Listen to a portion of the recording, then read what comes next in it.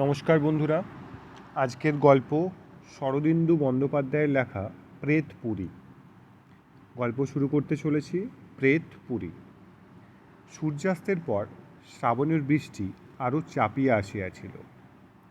আমরা কয়জনে ক্লাবের একটা ঘরে জড়সড় হইয়া বসিয়াছিলাম। আলোটা টেবিলের উপর নিস্তেজভাবে জ্বলিতেছিল। এমন সময় ছাতা মাথায় দিয়া প্রায় ভিজিতে ভিজিতে বরদা আসিয়া উপস্থিত হইল। আমাদের মধ্যে একজন তাহাকে সম্ভাষণ করিল, আয়াহি বরদাবাবু। বরদা ছাতাটা মুড়িয়া এক কোণে দাঁড় করাইয়া দিয়া কোচা দিয়া মাথা মুছিতে মুছিতে একটা চেয়ার অধিকার করিয়া বসিল।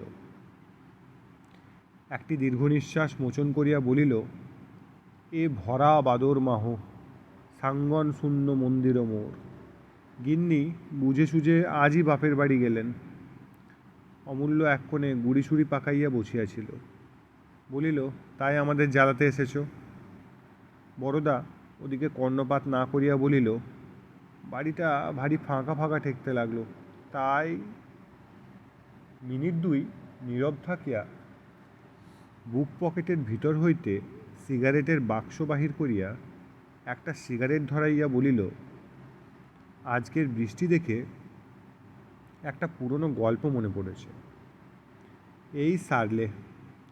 অমূল্য উঠিয়া দাঁড়াইয়া বলিল, একটু যে নিশ্চিন্দি হয়ে ক্লাবে বসবো তার জো নেই। আমি বাড়ি চললুম। রিচি, তোমার ছাতাটা যদি দাও। রিচি ঘাড় নাড়িয়া বলিল, আমাকেও তো বাড়ি যেতে হবে। বৃষ্টি আজ রাত্রে থামবে বলে মনে হচ্ছে না। অমূল্য ব্যাকুল চক্ষে ঘরের চারিদিকে একবার তাকাইয়া দেখিল, কিন্তু ছাতার শতাধিকারী কাহারও মুখে করুণার কণামাত্র না দেখিয়া হতাশভাবে আবার চেয়ারে বসিয়া পড়িল। পৃথ্বী জোরে হাসিয়া উঠিল। অমূল্য, কপালে লিখিতং ঝাঁটা, কোন সালা কিঙ্করিষ্যত্তি। বড়দার গল্পটা শুনেই যাও। অমূল্য জবাব দিল না। বড়দা আরম্ভ করিল। বছর কয়েক আগেকার কথা। সেবারও এমনই নিদারুণ বর্ষা। ভাসছে বিলখাল, ভাসছে বিলকুল, ঝাপসা ঝাপটায় হাসছে জুঁই ফুল। আমার মাস্তুতো ভাইয়ের বিয়েতে বরযাত্রী গিয়েছি। দাদা বিয়ে করলেন বাংলাদেশের এক অতি পুরনো পচা পাড়া গায়ে। আমাদের কারুর মত ছিল না, কিন্তু প্রজাপতি শুনলেন না। অগত্যা সেখানেই যেতে হলো। একে পল্লীগ্রাম, তাই বর্ষাকাল। সে দৃশ্য বর্ণনা করা আমার সাধ্য নয়। সুবিধের মধ্যে রেল স্টেশন রোজখানেকের মধ্যেই ছিল। স্টেশনে নেমে সকলে পদব্রজে কনের বাড়ির দিকে যাত্রা করলুম। কারণ জানা গেল যে মধ্যে একটা পুল ভেঙে গিয়ে পথ গরুর গাড়ির পক্ষেও দুর্গম হয়ে উঠেছে। পুরোহিত ন্যায়রত্ন মশাই সঙ্গে ছিলেন। কাদার মধ্যে তার এক পাটি খড়ম অন্তর্হিত হলো দেখে আমরা আপন আপন জুতো খুলে বগলে নিলুম। তারপর অনেক বাধা বিঘ্নের ফাড়া কাটিয়ে যখন মেয়ের বাড়ি উপস্থিত হলুম, তখন বর থেকে নাপিত পর্যন্ত কাউকেই চেনা গেল না। কেবল মেসোমশাই গোফ থেকে কাদা নিংড়োতে নিংড়োতে কাকে খিচোচ্ছিলেন, গলার আওয়াজে তাকে ধরে ফেলল। এই এক ক্রোশ পথ পায়েসের মতো কাদার মধ্যে দিয়ে হেঁটে বেশ পরিশ্রম হয়েছিল। তাই কন্যাপক্ষ যখন মুগের ডালের খিচুড়ি আর হাঁসের ডিম ভাজা দিয়ে আমাদের অভ্যর্থনা করলেন, তখন কিছু অতিরিক্ত মাত্রায় খেয়ে ফেলল। আহার আনতে কিন্তু বড় কষ্ট পেতে হলো। আমরা সংখ্যায় বরযাত্রী প্রায় 20 জন ছিলাম। যে ঘরটিতে আমাদের বিশ্রাম করতে দেওয়া হলো, তাতে শোয়া নয়, ঠাসাঠাসি করে কোনো রকমে 20 জন বসতে পারে। গুরু ভোজনের পর সকলের মনেই একটু গড়াবার ইচ্ছা ছিল, কিন্তু তার ঘটে উঠল না। শুধু শীর্ণদেহ ন্যায়রত্ন মশাই কোনো মতে একটা কোণে কুণ্ডলি পাকিয়ে শুয়ে পড়লেন। আর সকলে পান তামাক খেয়ে গল্প গুজবে সময় কাটাতে লাগলো। একদিকে জন কয়েক ছোকরা তাস নিয়ে বসে গেল। আমার কিন্তু বড় বিরক্তি বোধ হতে লাগলো। জানলার ধারে বসে মন খারাপ করে ভাবতে লাগলুম, দিনের বেলা তো যা হোক হলো, রাত্রেও কি ওই ব্যবস্থা নাকি? গোধূলি লগ্নে বিয়ে, সুতরাং রাত্রে ঘুমোবার কোনো বাধা নেই। দাদা না হয় বাসর ঘর আলো করে স্যালি আর দিদি শাশুড়ির সঙ্গে রসিকতা করে রাত কাটাবেন, কিন্তু সেজন্য আমার সারা রাত জেগে পাহারা দেওয়ার তো কোনো দরকার নেই। তাই বাড়ির একজনকে ডেকে জিজ্ঞাসা করলুম, রাতে শোবার ব্যবস্থা কীরকম? তিনি বললেন, পাড়া গায়ে বাড়ি ভাড়া তো পাওয়া যায় না, অতি কষ্টেই বাড়িটি সংগ্রহ করা হয়েছে। এর আরেকটি ঘরে জিনিসপত্র আছে, রাতে খালি করে দেওয়া হবে। শুনে বড় ভরসা হলো না। 20 জনের শোবার জন্য মাত্র 2টি ঘর। অন্যমনস্কভাবে বাইরের অবিশ্রাম বাড়িধারার দিকে চেয়ে চেয়ে কিছু দূরে একটি অন্ধকার দর্শন ছোট পাকা বাড়ি চোখে পড়ল। বাড়িতে কেউ আছে বলে বোধ হয় না, দরজা জানলাগুলো সব বন্ধ। আগে বোধ হয় বাড়িখানার হলদে রং ছিল, এখন সবুজ বর্ণ হয়ে দাঁড়িয়েছে। দেওয়ালের স্থানে স্থানে চুন বালি খসে গিয়ে ঘায়ের মতো দেখাচ্ছে। আমি জিজ্ঞাসা করলুম, ও বাড়িটি কার? ভদ্রলোকটি হেসে বললেন, আপাতত ভূতের। একটু বিস্মিত হয়ে তাকে প্রশ্ন করতে তিনি যা বললেন তার মর্ম এই, কিছুকাল পূর্বে ওই বাড়িটি এক ভদ্রলোকের ছিল। অবশ্য তার নিজের তৈরি নয়, পৈতৃক সম্পত্তি। তিনি গ্রাম থেকে ক্রোশ 2 দূরে জমিদারের কাছারিতে 15 টাকা বেতনে গোমস্তা ছিলেন। সংসারে কেবল স্ত্রী আর এক মেয়ে ছিল। বাবুটি মদ খেতেন, অনেক সময় মাতাল হয়ে স্ত্রীকে প্রহারাদি করতেন, কিন্তু মেয়েটি তার বড় আদরের ছিল। জীবনে একবার ছাড়া আর কখনো তার গায়ে হাত তোলেননি। তার স্ত্রী সতীসাধ্যী ছিলেন, তাই বছর 3 আগে তিনি একদিন স্বর্গে চলে গেলেন। তার মৃত্যুতে স্বামীর প্রাণে দারুণ আঘাত লাগল। এই আঘাত সত্যি কি ভণ্ডামি বলা যায় না, কিন্তু তার মাতলামি ভারী বেড়ে উঠল। একদিন তিনি জমিদারের নায়েবের সঙ্গে ঝগড়া করে তার গালে একটি চপেটাঘাত করে বাড়ি ফিরে এলেন। পরদিন সকালে তাকে আর খুঁজে পাওয়া গেল না। তার বদলে তার 6 বছরের মেয়ের মৃতদেহ পাওয়া গেল। পুলিশ তাকেই কন্যাঘাতী বলে সন্দেহ করে, কিন্তু আজ পর্যন্ত তার কোনো সন্ধান পায়নি। মাঝে মাঝে কানাঘুষো শোনা যায় যে তিনি কাছে পিঠেই কোথাও লুকিয়ে আছেন। গ্রামের কেউ কেউ তাকে অন্ধকারে রাত্রে মাঠে ঘুরে বেড়াতে দেখেছে, কিন্তু সেসব গুজব নিতান্তই বাজে কথা। বাড়িখানা সেই অবধি খালি পড়ে আছে, কেউ ব্যবহার করে না। গ্রামের 2-1 সাহসী লোক একবার রাত্রে ওই বাড়িতে শোবার চেষ্টা করেছিল, কিন্তু সেই রাত্রেই ভয় পেয়ে পালিয়ে আসে। তারা বলে বাড়িতে ভূত আছে। গল্পটা শেষ শুনে বললুম, আমরা কয়েকজন যদি রাতে ওখানে শুই, কারোর আপত্তি হবে কি? ভদ্রলোকটি বললেন, না মশাই, আমাদের সাহস হয় না। আমি বললুম, আমাদের যদি সাহস হয় তাহলে আপনাদের হতেই বা বাধা কি? আর সকলের দিকে ফিরে বললুম, ওহে, তোমরা কেউ ভূতের বাড়িতে শুতে রাজি আছো? সকলে ব্যাপার কি জানতে চাইল, কিন্তু সমস্ত শুনে আমার মতো 2-3 জন ছাড়া আর কেউ রাজি হলো না। যা হোক, সন্ধ্যার আগে বৃষ্টি একটু ধরেছে। আমরা বাড়িখানা দেখতে গেলুম। বাড়িতে তালা লাগানো ছিল। সেই ভদ্রলোকটি তার চাবি জোগাড় করে আনলেন। দরজা খুলে ঘরে ঢুকতেই ভিতরকার বন্ধ অন্ধকার যেন বন্য জন্তুর মতো আমাদের ঘাড়ে লাফিয়ে পড়ল। স্যাঁতস্যাঁতে ভিজা একটা দুর্গন্ধ নাকে এসে ঢুকল। তাড়াতাড়ি পাশের একটা জানলা খুলে দিতেই বাইরের মলিন আলো স্ম্রিয়মানভাবে ঘরে ঢুকল। দেখলুম মেঝের ওপর প্রায় 1 ইঞ্চি পুরু ধুলো পড়েছে, কোণে কোণে ঝুল আর মাকড়সার জাল। মোটের ওপর যতদূর নোংরা আর অস্বাস্থ্যকর হতে পারে। বাড়িতে মাত্র 2টি ঘর, তার মধ্যে একটি শয়নকক্ষ। আসবাবের মধ্যে একটি পুরনো কীটদষ্ট খাট আর তার মাথার কাছে একটি কপাটযুক্ত দেওয়াল আলমারি। ঘরটি নেহাত ছোট নয়, খিড়কির দিকে একটা জানলাও আছে। দেখে শুনে সঙ্গীদের মধ্যে একজন হাসবার চেষ্টা করে বললেন, না হে, আজ রাত্রে আর শোবার দরকার হবে না, তাস পাশা খেলে কাটিয়ে দেবো। কাজ কি বাবা? ভদ্রলোকটি সঙ্গে ছিলেন। তিনি হেসে মুখ ফিরিয়ে নিলেন। আমি বললুম, বেশ, তোমরা তাস পাশাই খেলো, আমার কিন্তু না ঘুমোলে চলে না। ভদ্রলোকটিকে বললুম, আপনি দয়া করে একটা চাকর পাঠিয়ে দেবেন, ঘরটা ঝাড় দিয়ে বিছানা করে দেবে। ভদ্রলোকটি এবং সঙ্গীরা ক্ষীণভাবে একবার বাধা দিলেন, কিন্তু আমার জিদ চেপে গেছে দেখে আর কিছু বললেন না। রাত্রে শুভকর্ম যথাসময়ে শেষ হয়ে গেল। 10:30টার পর খাওয়া দাওয়া সাঙ্গ করে লণ্ঠন হাতে একলা শুতে গেল। সন্ধ্যার পর আবার বৃষ্টি আরম্ভ হয়েছিল, এখনও সমভাবে চলছে।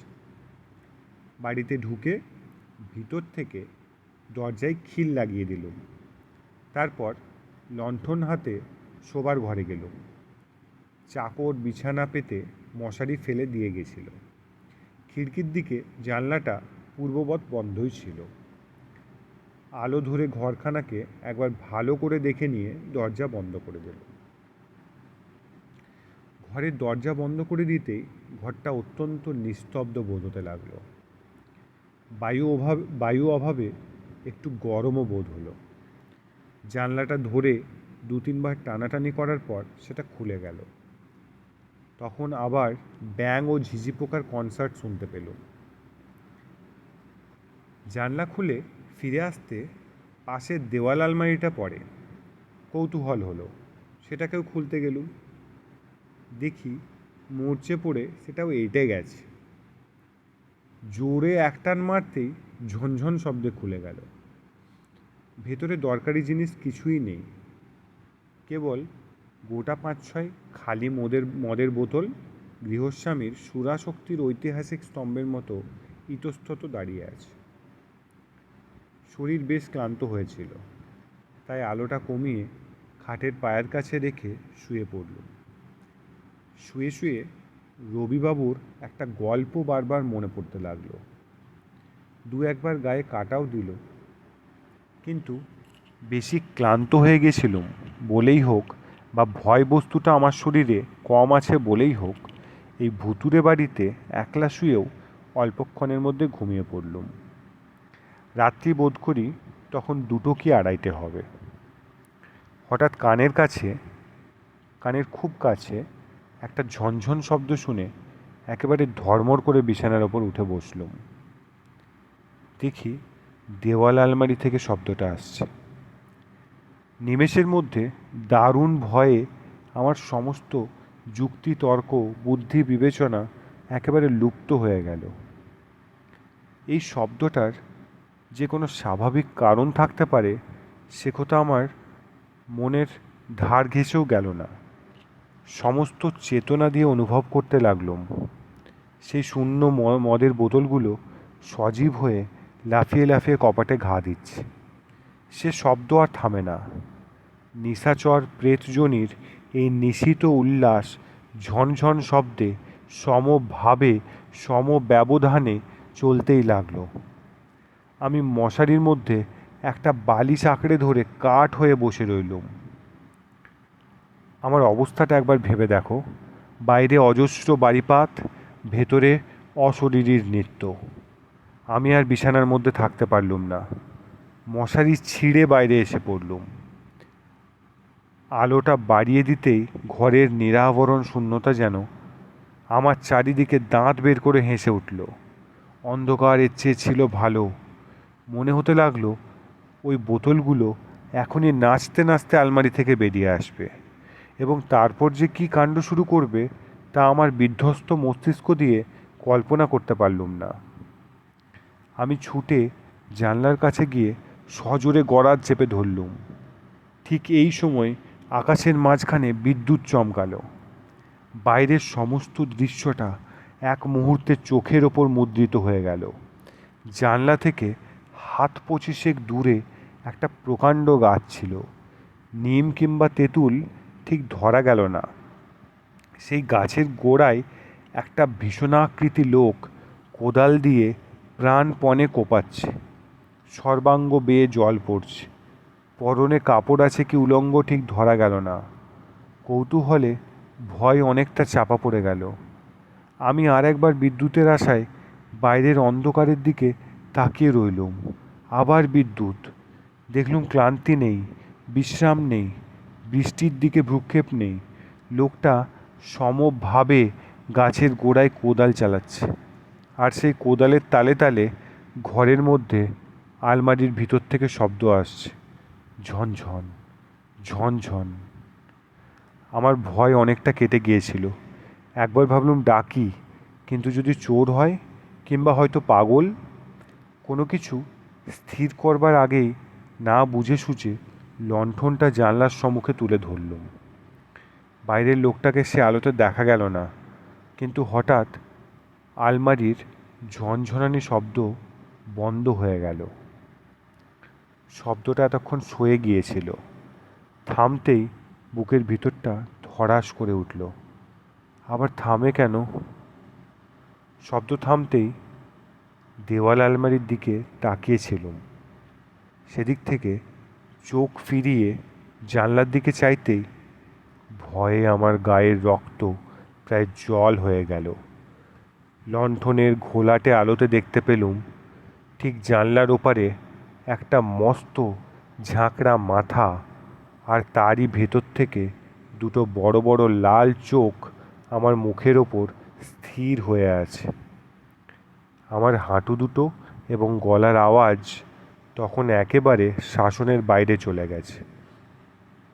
চেঁচামেচি কিংবা পলায়ন দুই সমান অসম্ভব। তাই কাঠের মূর্তির মতো দাঁড়িয়ে কেবল ঠক ঠক করে কাঁপতে লাগলুম। হঠাৎ বাঘের থাবার মতো একজোড়া হাত বাইরের অন্ধকার থেকে উঠে এসে জানলার দুটো গড়ার ধরে টান দিলে। জানলার ঘুণ ধরা পচা কাঠ আকস্মাৎ ভেঙে গিয়ে গড়ার দুটো বার হয়ে গেল। আর প্রায় সঙ্গে সঙ্গে একটা ক্লেদাক্ত গিরগিটির মতো সেই ফাঁক দিয়ে লোকটা ঘরের মধ্যে ঢুকে পড়ল। আমার দিকে কটমট করে তাকিয়ে বললে, তুমি কে? নিজের নামটা পর্যন্ত সাফ ভুলে গেছিলুম, তাই উত্তর দেওয়া হয়ে উঠল না। লোকটা নিষ্পলক দৃষ্টিতে আমার দিকে চেয়ে রইল। তারপর তার মাথার চুলগুলো সজারুর কাঁটার মতো খাড়া হয়ে উঠল। সে ভাঙা গলায় চিৎকার করে বলে উঠল, তুমি পুলিশ? আমি প্রবল বেগে ঘাড় নেড়ে জানালুম যে আমি পুলিশ নই। আশ্চর্য! লোকটা তখনই অকপটে তাই বিশ্বাস করে মাটিতে বসে পড়ল। কোমরে একটা শতছিন্ন ন্যাকড়া জড়ানো ছিল মাত্র। একবার ঘরের চারিদিকে তাকিয়ে বললে, 3 মাস মদ খাইনি, বুক ফেটে যাচ্ছে, আমাকে একটু মদ দিতে পারো? বেশি নয়, 1টি গ্লাস। এমন বুক ফাটা মিনতি আর কখনো শুনেছি বলে মনে হয় না। বোধ হলো মদের দুর্নিবার পিপাসা লোকটাকে পাগল করে দিয়েছে। একটা সন্দেহ গোড়া থেকে আমার মনে উকি মারছিল। আমি বললুম, মদ তো নেই, কিন্তু আপনি কি? লোকটা 2 হাঁটুর মধ্যে মাথা রেখে অনেকক্ষণ চুপ করে রইল। শেষে মাথা তুলে বলল, এই বাড়ির মালিক আমি। নিজের মেয়েকে খুন করে পালিয়ে যায়। গোমস্তাগিরি করতুম। একদিন ঝগড়া করে চলে এলুম। তখন স্ত্রী বেঁচে নেই, শুধু মেয়ে। বাড়ি আসতে মেয়েটা বললে, বাবা, খেলা করতে করতে পায়ের মল গাছতলায় কোথায় পুঁতে রেখেছিলুম আর খুঁজে পাচ্ছি না। মাথায় রাগ চড়েই ছিল, মারলুম। মেয়েটার রগে এক চড়। মেয়েটা সেখানেই পড়ে মরে গেল। সেই থেকে পুলিশের ভয়ে পালিয়ে বেড়াচ্ছে। মেয়েটা মরেছে, যাকগে, কিন্তু তার মল কগাছা কিছুতেই খুঁজে পাচ্ছি না। এই বলে লোকটা লাফিয়ে উঠে একবার আলমারির দিকে ছুটে গেল। খালি বোতলগুলো পেড়ে পেড়ে মাটিতে আছড়ে ভাঙতে লাগলো। তারপর উন্মত্ত একটা চিৎকার করে যে পথে এসেছিল সেই পথেই বেরিয়ে গেল। মিনিট দুই ঘর একেবারে নিস্তব্ধ। তারপর আলমারির কাঁচের কপাট দুটো সজোরে শব্দ করে উঠল, ঝনঝন ঝনঝন। বড়দা নীরব রইল। অমূল্য শ্লেষ করিয়া বলিল, ব্যাস এই গল্প, খালি ঝনঝন ঝনঝন। বড়দা বলিল, আর একটু বাকি আছে। শেষ রাত্রে একটু তন্দ্রা এসেছিল। হঠাৎ চমক ভেঙে গেল। দেখলুম ঘর একেবারে অন্ধকার। আলোটা কখন নিভে গেছে। অনেকক্ষণ কান খাড়া করে শুয়ে রইলুম, কিন্তু খোলা জানলা দিয়ে ঝিঝির শব্দ ছাড়া আর কিছুই কানে এলো না। শেষ রাত্রের ঠান্ডা হাওয়ায় কুণ্ডলি পাকিয়ে আবার ঘুমিয়ে পড়লুম।